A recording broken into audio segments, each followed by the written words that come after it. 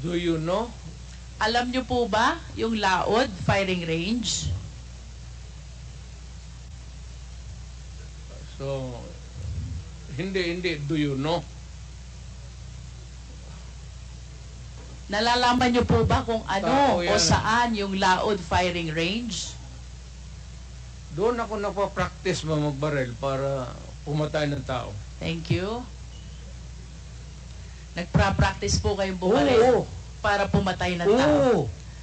And alam nyo din po ba yung Laod Quarry? Hindi ko na negosyo yan, ma'am.